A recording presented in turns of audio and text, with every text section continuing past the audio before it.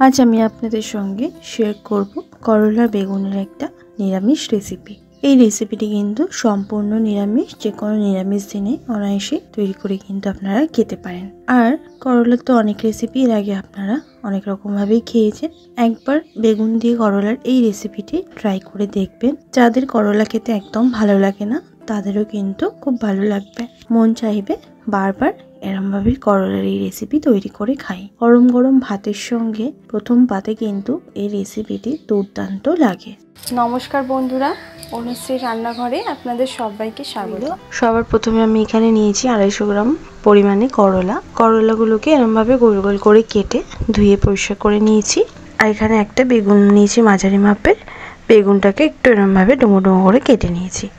আর এখানে 2 চামচ পরিমাণে কালো সর্ষে আর 1 চামচ পরিমাণে পোস্ত বাটা নিয়েছি।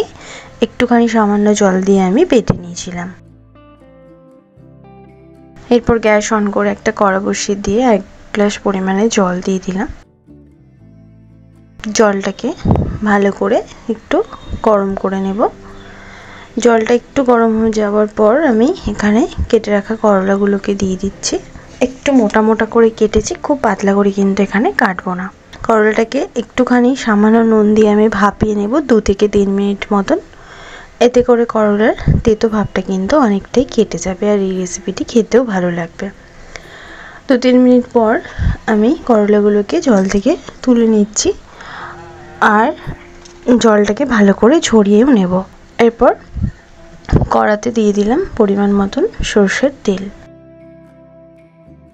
তেলটা ভালোভাবে গরম হয়ে যাওয়ার পর আমি যে বেগুনগুলো কেটে রেখেছিলাম সেই বেগুনটা তেলের মধ্যে দিয়ে দিলাম। বেগুনটাকে দিয়েও আমি এখানে লাল লাল করে বেগুনটাকে ভেজে নেব।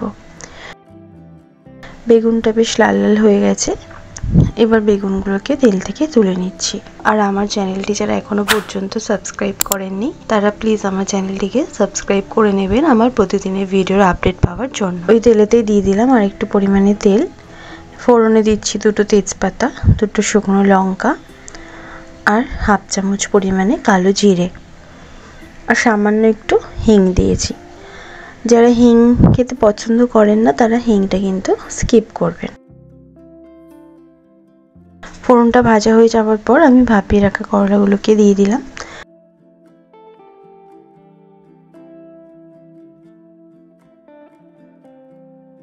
করলাগুলোকে দিয়ে একটু নাড়াচাড়া করে নেবার পর দিচ্ছি সামান্য একটুখানি নুন আর একটুখানি হলুদ গুঁড়ো। নুন হলুদ দিয়ে করলাগুলোকে আর একটু হালকা লালচে করে ভেজে নেব।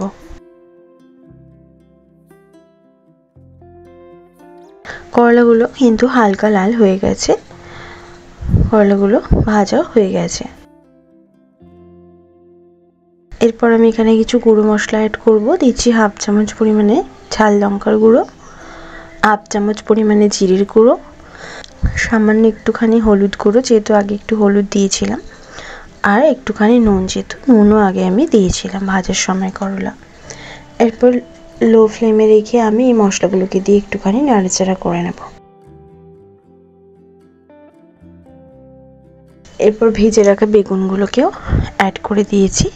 বেগুনগুলো দিয়ে আবার একটুখানি নাড়াচাড়া করে নেব। এরপর যে সর্ষে আর পোস্তর পেস্টটা তৈরি করে রেখেছিলাম সেই পেস্টটা আমি দিয়ে দিলাম। সেই পেস্টটাকে দিয়েও 1 থেকে 2 মিনিট মতন একটুখানি কষিয়ে নেব।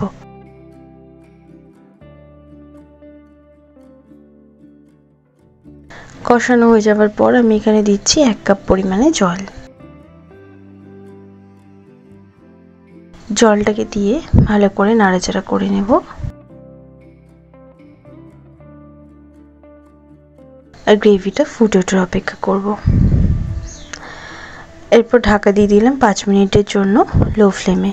5 মিনিট পর ঢাকাটা সরিয়ে নিয়েছি। ভালো করে নাড়াচাড়া করে নেব। করলা আর বেগুন দুটোই ভালোভাবে সেদ্ধ হয়ে গেছে। এরপর দিয়ে দেবো সামান্য একটুখানি ধনেপাতা কুচি।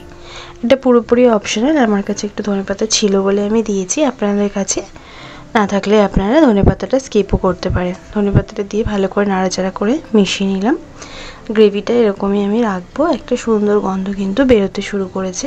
এবার আমি গ্যাসের ফ্লেমটা বন্ধ করে দিয়ে গরম গরম সার্ভ করে নেব।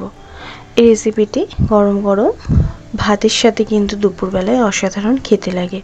অবশ্যই আপনারা এরমভাবে রেসিপিটি ট্রাই করে দেখবেন, আশা করছি ভালো লাগবে। ভালো লাগলে লাইক শেয়ার করতে ভুলবেন না, কমেন্ট বক্সে কমেন্ট করে জানাতে ভুলবেন না রেসিপিটি কেমন লাগলো। ভালো থাকবেন, সুস্থ থাকবেন, ধন্যবাদ।